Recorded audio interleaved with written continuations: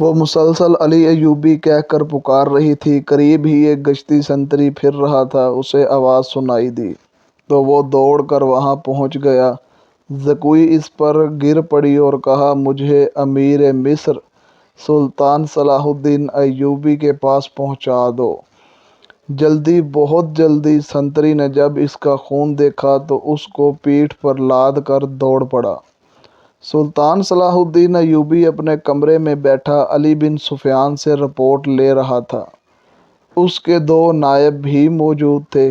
یہ رپورٹیں کچھ اچھی نہیں تھیں۔ علی بن سفیان نے بغاوت کے خدشے کا اظہار کیا تھا جس پر غور ہو رہا تھا۔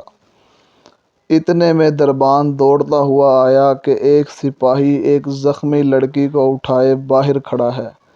کہتا ہے، یہ لڑکی امیر مصر سے ملنا چاہتی ہے۔ یہ سنتے ہی علی بن سفیان کمان سے نکلے ہوئے تیر کی طرح باہر دوڑا۔ سلطان صلاح الدین ایوبی نے بھی جب یہ الفاظ سنے تو وہ بھی علی کے پیچھے دوڑا۔ اتنے میں لڑکی کو اندر لایا گیا۔ سلطان صلاح الدین ایوبی نے چیخ کر کہا، طبیب اور جراح کو جلدی سے بلاؤ، لڑکی کو۔ سلطان صلاح الدین ایوبی نے اٹھا کر اپنے پلنگ پوش پر لٹا دیا۔ تھوڑے ہی وقت میں پلنگ پوش بھی خون سے سرخ ہونے لگا۔ کسی کو نہ بلاؤ، میں اپنا فرض ادا کر چکی ہوں، لڑکی نے نخیف سی آواز میں کہا۔ تمہیں زخمی کس نے کیا ہے؟ زکوئی علی نے کہا۔ پہلے میری بات سن لو۔ شمال مشرق کی طرف سوار دوڑ اور دو سوار جاتے نظر آئیں گے۔ دونوں کے چگے بادامی رنگ کے ہیں۔ ایک کا گھوڑا بادامی اور دوسرے کا سیاہ ہے۔ وہ تاجر لگتے ہیں۔ ان کے پاس سالار ناجی کا تحریری پیغام ہے جو عیسائی بادشاہ فرینک کو بھیجا گیا ہے۔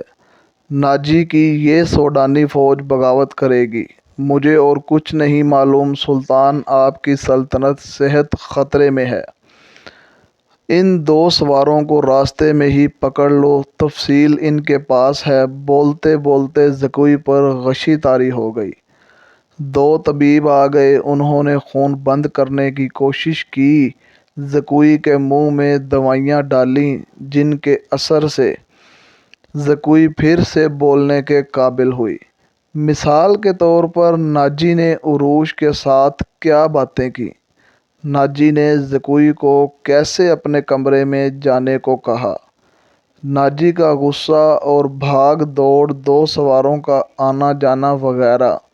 پھر اس نے بتایا کہ اس کو یہ علم نہیں کہ اس پر حملہ کرنے والا کون تھا۔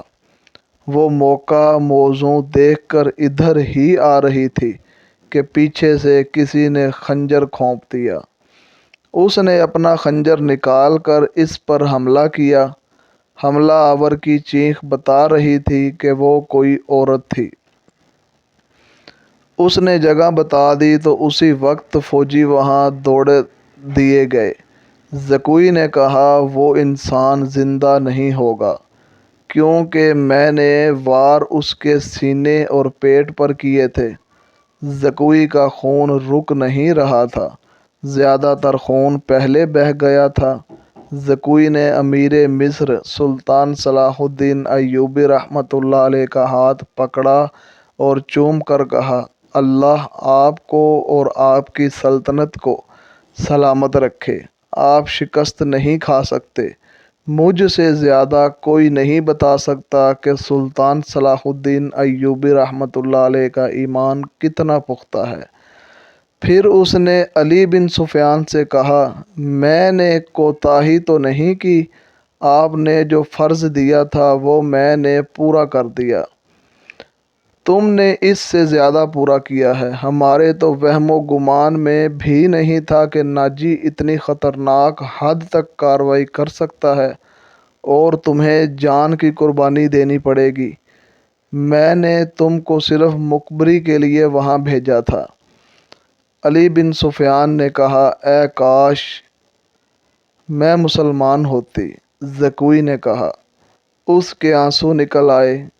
میرے اس کام کا جو بھی معاوضہ بنتا ہے وہ میرے اندھے باپ اور سدا بیمار ماں کو دینا، جن کی مجبوریوں نے مجھے 12 سال کی عمر میں رقصہ بنا دیا۔ زکوئی کا سر ایک طرف ڈھلک گیا، آنکھیں آدھی کھلی ہوئی تھیں اور اس کے ہونٹ آدھے نیم مسکرا رہے تھے۔